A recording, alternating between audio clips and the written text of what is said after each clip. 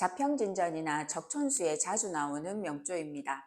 악비 장군인데요. 이분 살아온 삶을 보면 책들마다 왜 용신이 이러이러할 것이다 추정만 하고 정확하게 콕 집어서 이게 용신이다 단언을 하지 않았는지에 대해서 조금 알게 되는데요. 먼저 그 대운과 상관없이 팔자 원국의 명조부터 한번 볼게요. 봄날에 양력으로 3월이죠. 봄날에 큰 거목으로 태어났습니다. 양력 3월이라 함은 태양이 이제 따뜻하게 내리쬐기 시작할 무렵에 그 팔자 원국은 묘미합이 이루어져 있으니까 좀 모든 땅들이 파릇파릇한 새싹 초목들로 가득 이루어져 있는 상태이죠. 그러한 계절에 우뚝 솟은 거목입니다. 그럼 이 사람 그 물상법으로 봤을 때 사람 생긴 모습이 어떨까요? 잔잔바리 초목이 가득한 가운데 나무 하나가 우뚝 서 있으니까 이분 실제 생김새가 그 초상화지요. 보면 굉장히 기골이 크고 장대하게 그려져 있습니다. 팔자 원국도 이 간목이 뿌리를 잘 내리고 있고 묘에 통근을 하고 있지요. 수의 생조를 잘 받은 그런 큰 관목이니까 거목이니까 모습도 자평진전이나 적천수에 자주 나오는 명조 중에 하나입니다. 악비장군이라는 분인데요. 중국 송나라 말기에 그 금나라에 대항해서 싸웠던 유명한 장군의 명조입니다. 이분 삶이 좀 많이 다이나믹한 삶이라 가지고 책들마다 그 단골 소재로 해서 삶을 소개하면서 용신이 이러이러하다라고 추정을 해놨는데 고서들마다 완역을 해놓은 선생님들이 용신에 대한 설명을 조금 애매모호하게 해놨어요. 원래 신왕 신강한 명조는 용신을 그 신왕한 글자를 극하는 컨트롤 조절하는 글자 관을 용신으로 삼거나 혹은 너무 신왕하니까 그 신왕한 글자를 설기시켜주는 식상을 용신으로 잡는데 이 팔자는 그냥 연월일시로만 봤을 때는 이 봄날 태어난 거목이 묘에 통근을 잘 하고 있고 수의 생조를 잘 받고 있으니까 일간 자체가 힘이 굉장히 좋습니다. 그러면 이 비겁을 눌러줄 수 있는 관이 팔자의 용신이 되거나 드러난 관이 없으니까 이 강한 목을 설기시켜주는 식상이 이 팔자의 용신이 됩니다. 자, 그럼 연월일시에 이 강한 목을 설기시켜주는 사화가 용신이 되겠지요. 화가 용신이라 하는 말은 그러면 대운에서 용신을 생조해주는 목, 화, 운이 올 때 삶이 굉장히 부드럽고 잘 살고 내가 돈을 크게 한번 벌어보고 승관 발제해보고 명예를 이룩해보고 그런 뜻이 있죠. 근데 용신은 이 강한 목을 설계해주는 사화가 용신인데 이분이 실지 승승장구해서 그 나라 정계에 진출해 가지고 장군이 되고 그 한번 천하를 호령해 보는 거는 대운에서 목화운이 아니고 임자개축인 수대운에 이분이 발복을 했습니다. 완역한 책들을 보면 이 수운에 이분이 장군까지 올랐으므로 화가 용신이 아닌가 보다 라고 쓰여진 책들이 많아요. 무슨 말인가 하면 이 임자개축이라는 수가 수운에서 이분이 잘 나갔으니까 드러나지는 않았으나 사중에 있는 경금이 용이어 가지고 이 경금용을 초통해주는 인수운에 발복했다라고 어영부영 써놓은 책이 많아요. 그런데 그거는 정답이 아니고 그 이유를 수운에 발복은 했으나 용신이 사화인 이유를 지금부터 얘기를 해드릴게요. 갑일간이 주변에 목들이 가득 들어 차 있지요. 목다한 팔자입니다. 그러면 목이 많으니까 당연히 사화, 식상, 식신을 잘 쓰는 분인데 대운에서 임자개축이라는 수운이 왔을 때 이 수는 목을 열심히 생조해 주겠지요. 그러면 이 간목은 어떻습니까? 수의 생을 듬뿍 받아가지고 힘이 굉장히 좋아진 간목이에요. 그러니까 팔자 내에 있는 사화 식신을 굉장히 큰 힘으로 확 설기를 시키는 거예요.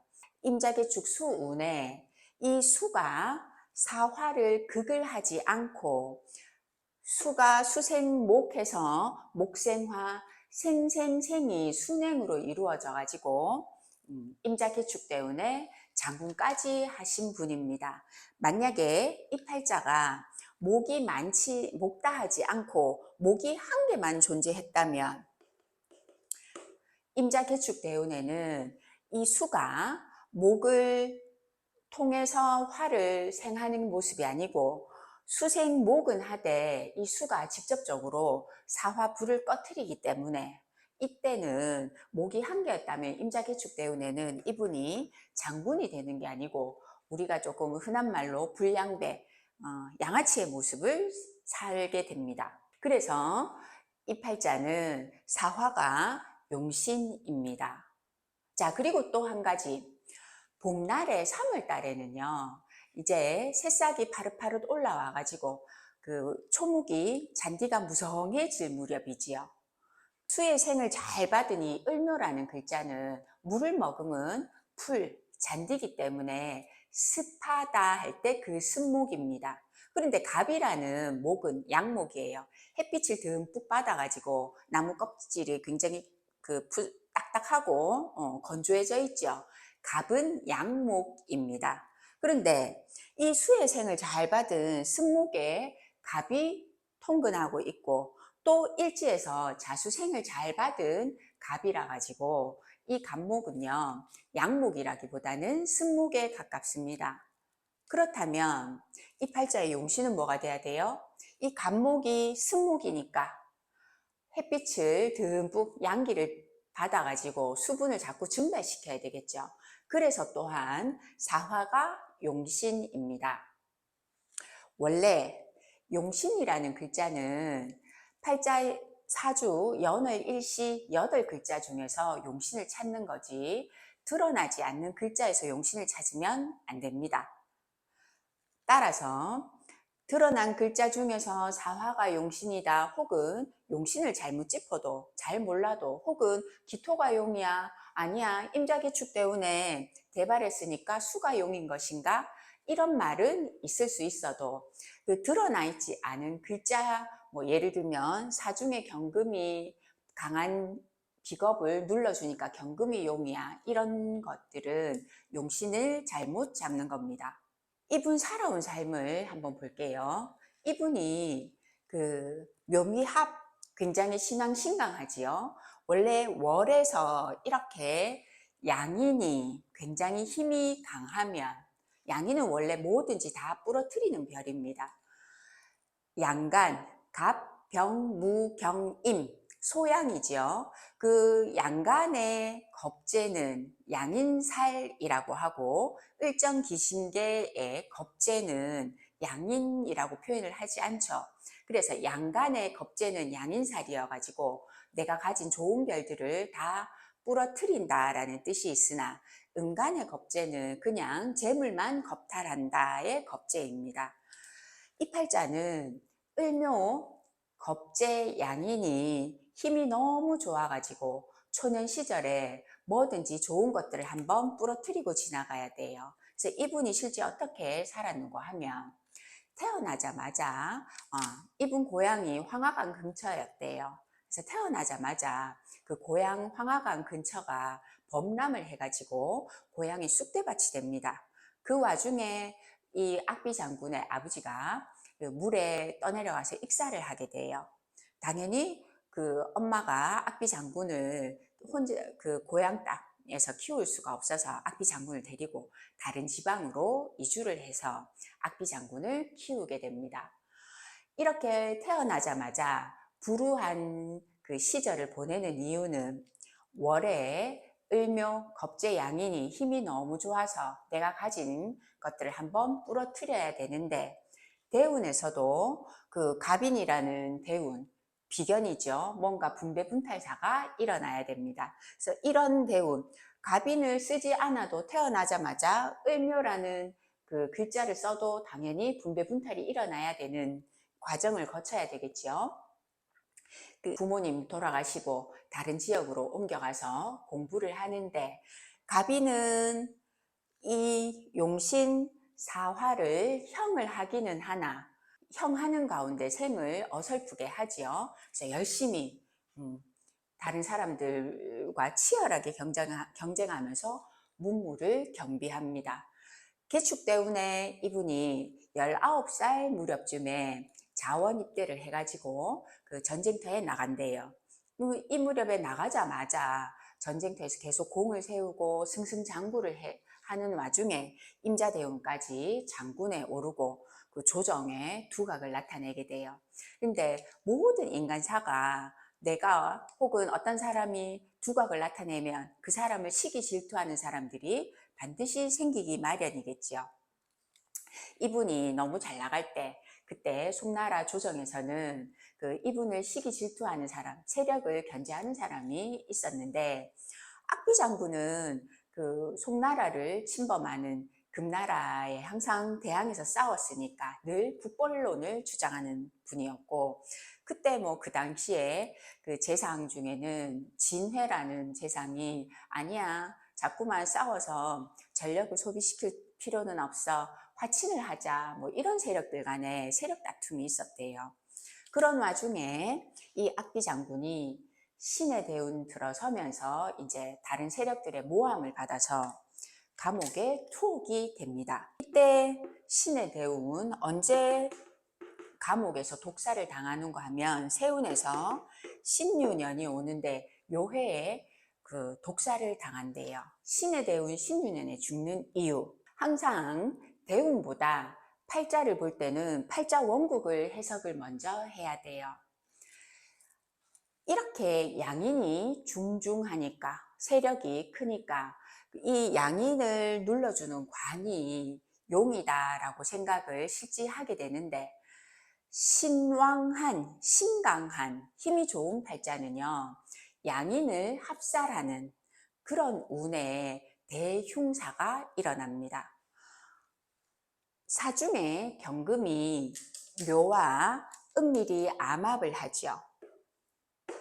물론 이 자가 암합하는 것을 방해해서 그 흉사가 금방 일어나지는 않는데, 이 사화가 용신이 위태로워질 때 양인 합살에 해로움을 당하게 됩니다. 양인 합살이라는 말은 편관을 양인이 합을 해가지고 살의 작용을 합거한다, 없앤다 라는 뜻이 양인 합살입니다.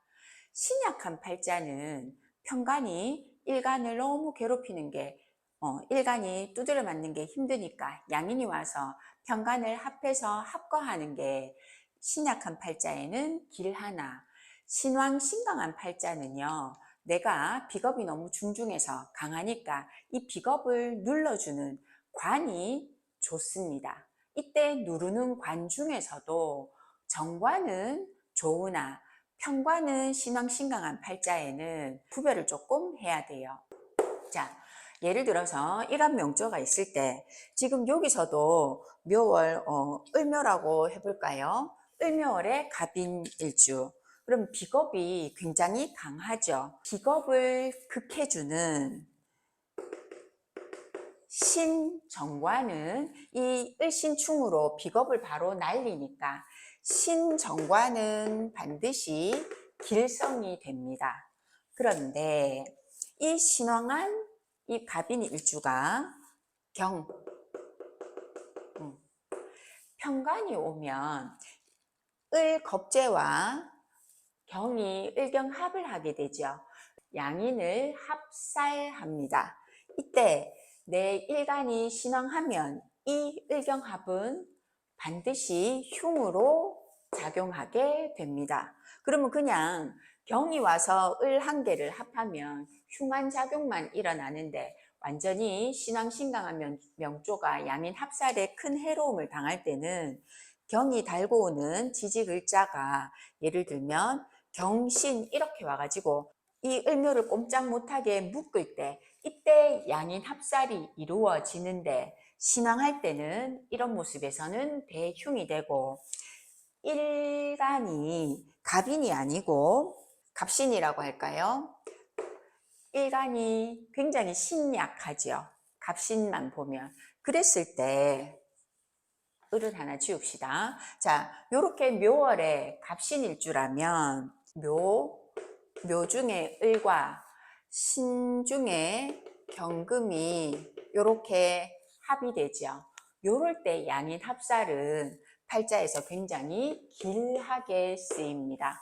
그러면 여기에서 이 신왕 신강한 이 일간이 사중경과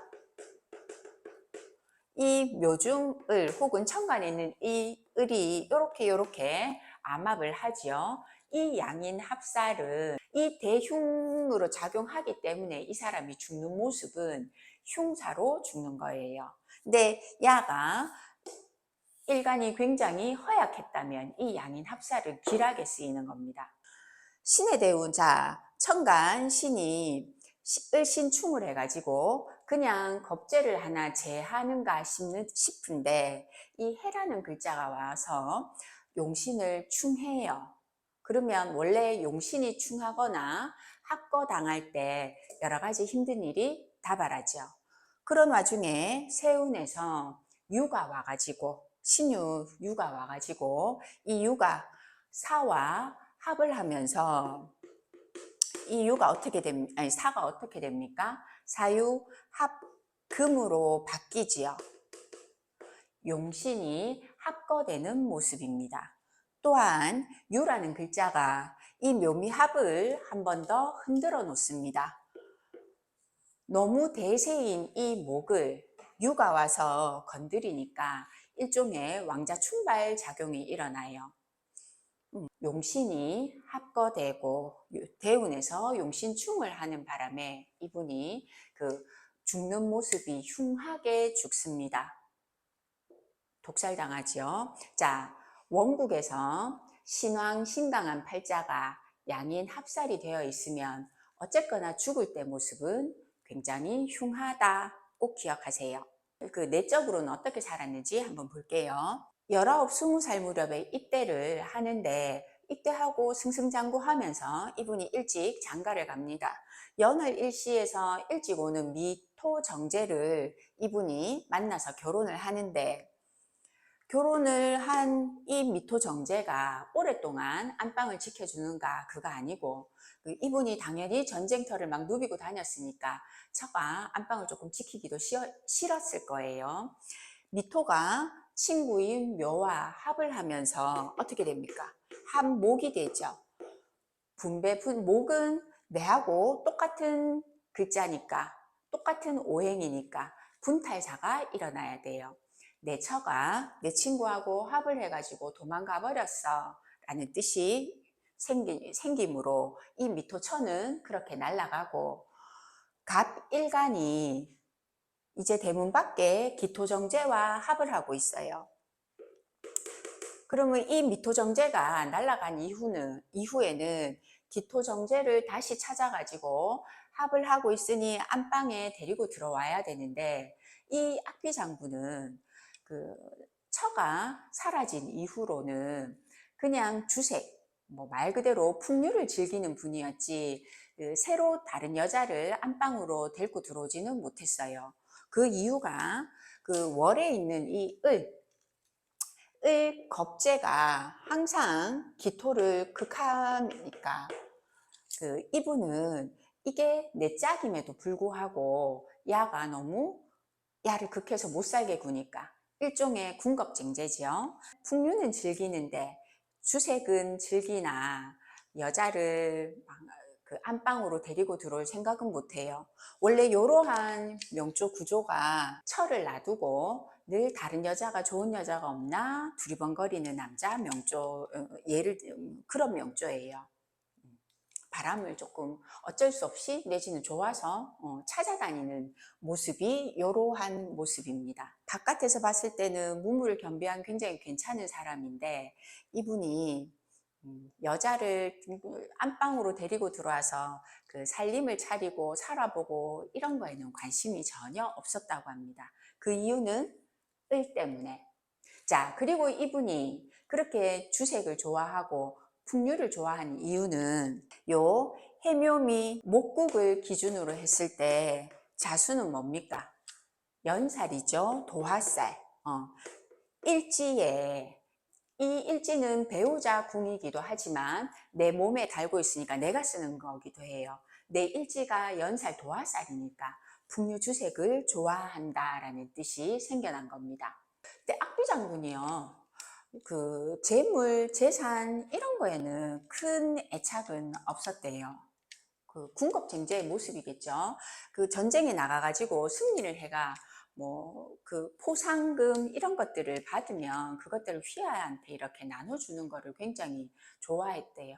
그리고 악비 장군이 그 뭐 전쟁터에 나가가지고 그 싸움을 할 때 악비 장군이 지나가는 곳들마다 백성들이 전부 다 악비 장군을 막 칭송했대요. 그런 거를 보면 이 군겁쟁제의 모습이 어차피 내 거 아니니까 줘버리자 하면서 주는 모습, 그게 잘 드러나는 분입니다. 신왕 신강한 명조가 팔자에 재가 약하거나 관이 약하면 그 사람은 평생 가난하거나 그 명예로 관직에 나서거나 크게 출세를 할 수 없습니다. 그런데 이 팔자처럼 신왕한 명조가 관이 없으면 관을 아주 잘 쓰게 됩니다. 이 팔자는 신왕신강한데 쟤는 사화의 생을 받고 있기는 하지요. 그리고 사가 용신이니까 설기를 잘했으니까 장군까지 오르기는 했는데 억수로 거부고 이렇지는 않고 관은 신왕하기 때문에 굉장히 없는 글자를 잘 써요. 다만 관이 없는 해로움은 있는데 나를 조절하는 관이 없으니까 나의 행동 성향이 제멋대로예요. 관은 원래 나의 체면, 명예이기도 하죠. 그런 체면, 명예가 없으니까 그 내 멋대로, 내 쪼대로 이런 뜻이 강했고 신앙하니까 관이 없어서 출세는 할 수 있었어요. 따라서 임자개축대운은 이분이 수운에서 너무 잘 나가가지고 용신이 수인가 헷갈릴 수 있는데 이 팔자의 용신은 사화입니다. 팔자 원국에서 이미 정해졌어요.